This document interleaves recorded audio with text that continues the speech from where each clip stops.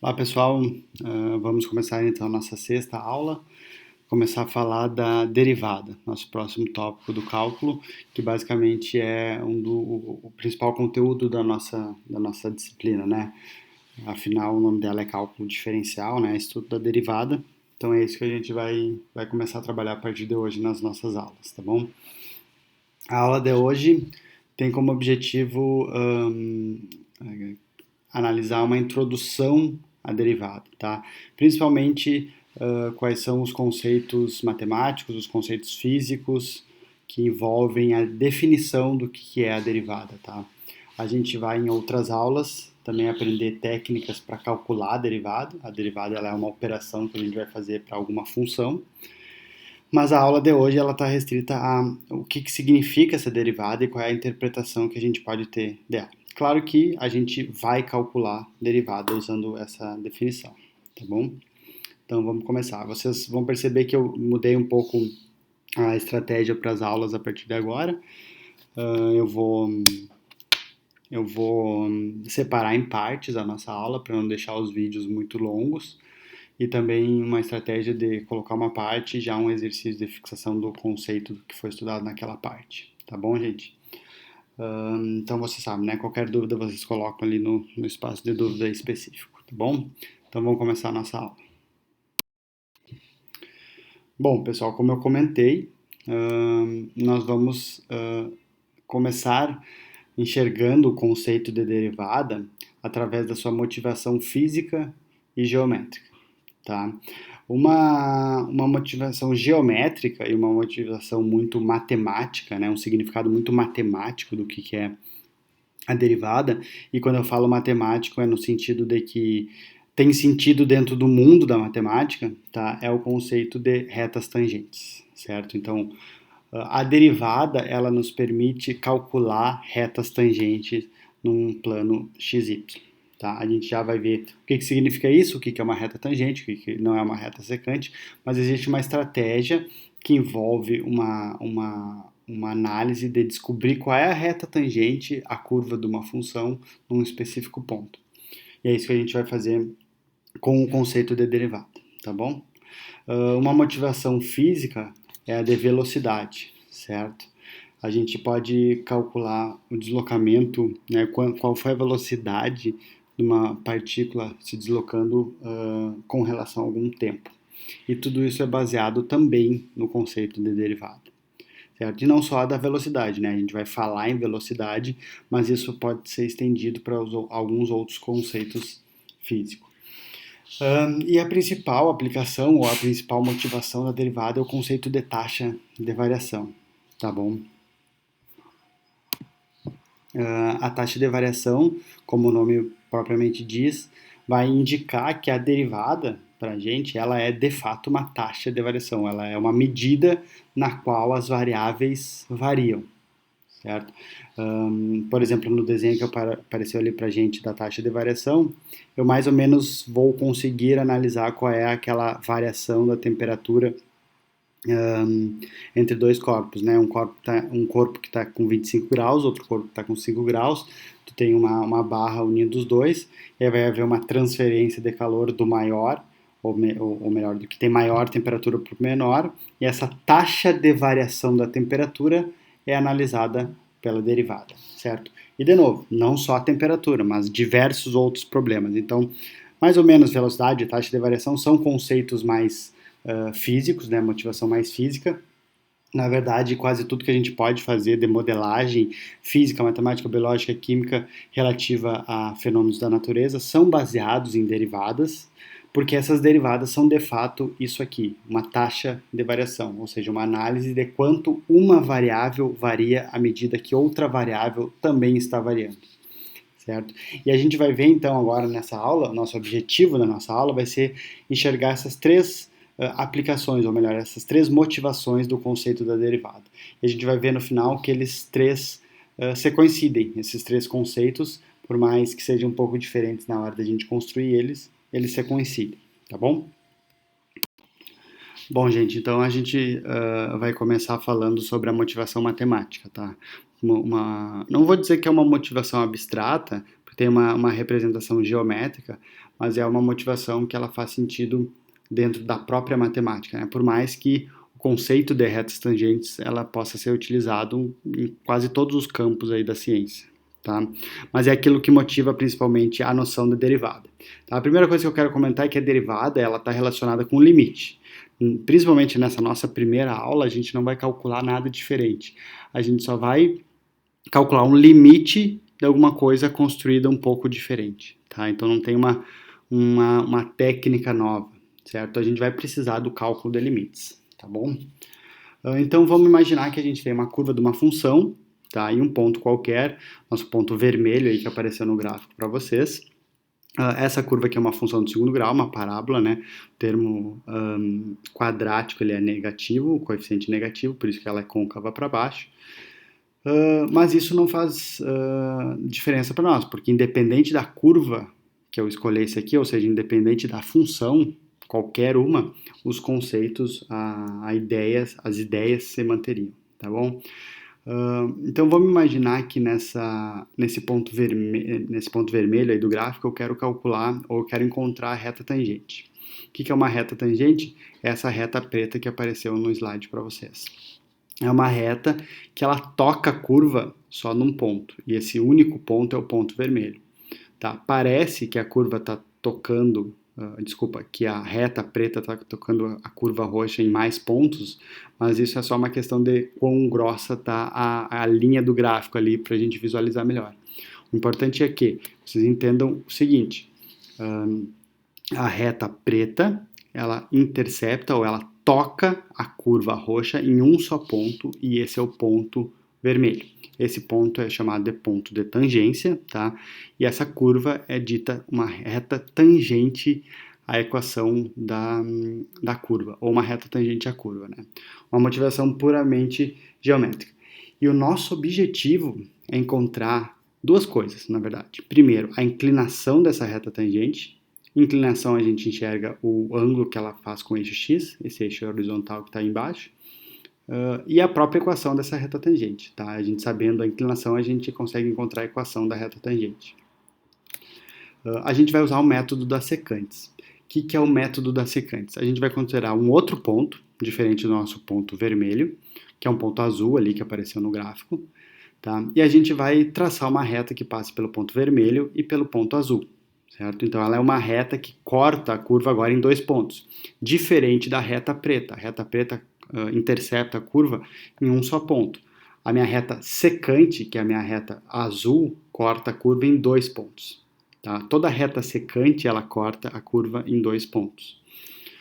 Tá bom, gente? Então a gente tem essa reta secante azul aí que apareceu pra gente. O que a gente vai fazer agora? Nós vamos tentar aproximar a reta preta, que é a reta tangente que eu quero, através da reta azul. Para isso, eu vou fazer com que a reta azul se desloque de modo a coincidir com a reta preta. Tá? Como a gente vai fazer isso? Eu vou escolhendo outro ponto, diferente do vermelho e do azul, esse ponto verde. Vou traçar uma reta que passa pelo ponto vermelho e pelo ponto verde. Uma nova reta. Tu viu que se a gente for enxergar essa reta verde, ela se deslocou da reta azul um pouquinho para cima e se aproximou da reta preta. Né? Agora eu vou escolher outro ponto, esse ponto roxo, vou traçar de novo uma reta que passa pelo ponto vermelho e pelo ponto roxo, vou formar uma nova reta. Todas essas retas que eu estou mostrando aqui são retas secantes, tá? E eu tenho uma reta um pouco mais próxima da reta preta. Tá? Vou pegar um novo ponto, esse ponto que apareceu em preto, vou fazer uma nova reta que passa por vermelho e preto, e eu tenho essa reta vermelha que está aparecendo para a gente. Tá? É uma nova reta que está muito mais próxima da minha reta preta, que é a reta que eu quero descobrir a equação e a inclinação. Tá?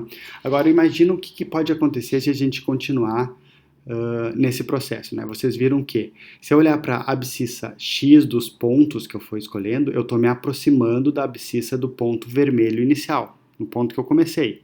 Certo? Então, à medida que o meu ponto x está se me aproximando ao ponto original, as retas secantes estão se aproximando à minha reta preta.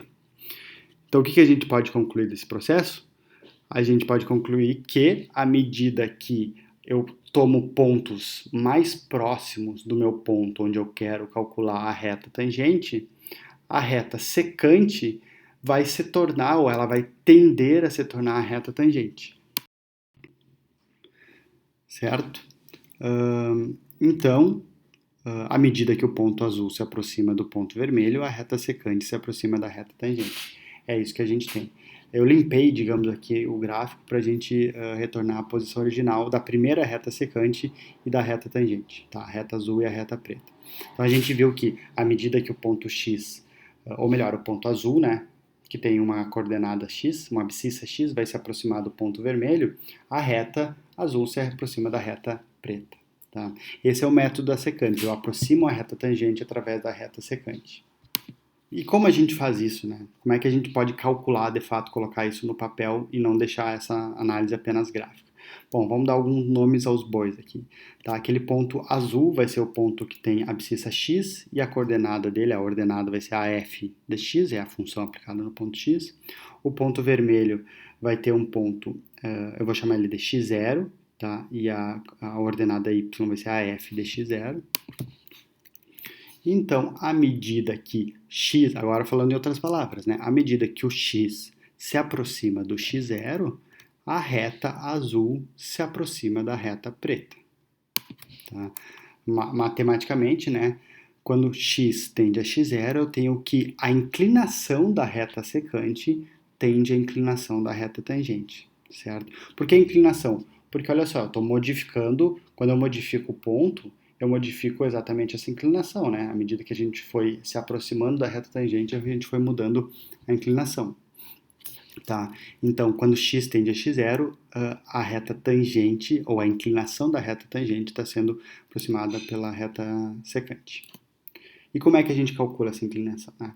Bom, vamos olhar o gráfico aqui de novo e dar mais alguns nomes, certo? Esse intervalo entre x e x0, ele tem um tamanho. Esse intervalo pode ser calculado pelo final menos inicial, x menos x0.